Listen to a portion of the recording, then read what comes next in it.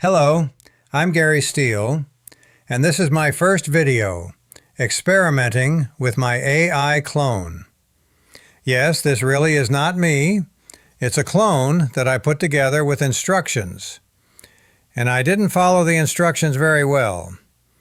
I wasn't supposed to do this, being tired or in a bad mood. But I did it anyway. And I also have a scar that's still not healed on my head from when I fell down, tripped over a dang chair, and hit my freaking head. Yes, I was dang drunk, and I think God was trying to teach me a lesson that day, and I'm still not over it.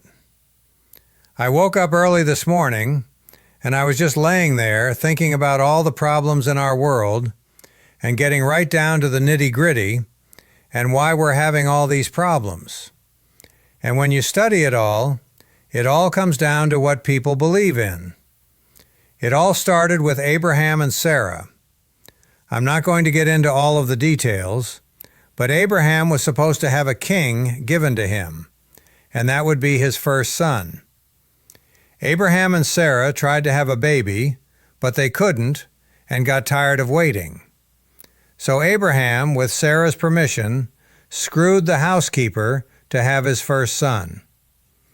Well, she got pregnant with Abraham's son, and right after that, Sarah got pregnant also with Abraham's son. So, you guessed it, that's where the fight started. Which son is his first son? God promised Abraham and Sarah their first son would be the king. It doesn't take much of a brain to figure out what son should be the king.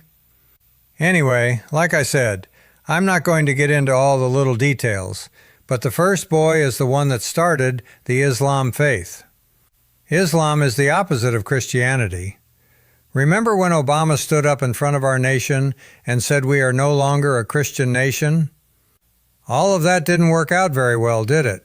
And now we have Trump, and he is very much a Christian. We are at that timeline now that is in the Bible, where we all fight each other. I'm very glad to see that we are finally here, and this point of time. Islam needs to be flushed, or there will never be peace on planet Earth. I very much support what Trump is doing, and it is time for all the Christians to stand up for Jesus Christ. This will be our last war, and if we don't win this war, none of us will have a future. Right before Jesus was hung on the cross, he told us to buy a sword, sell your coat if you have to buy one. Now is the time for us to use that sword.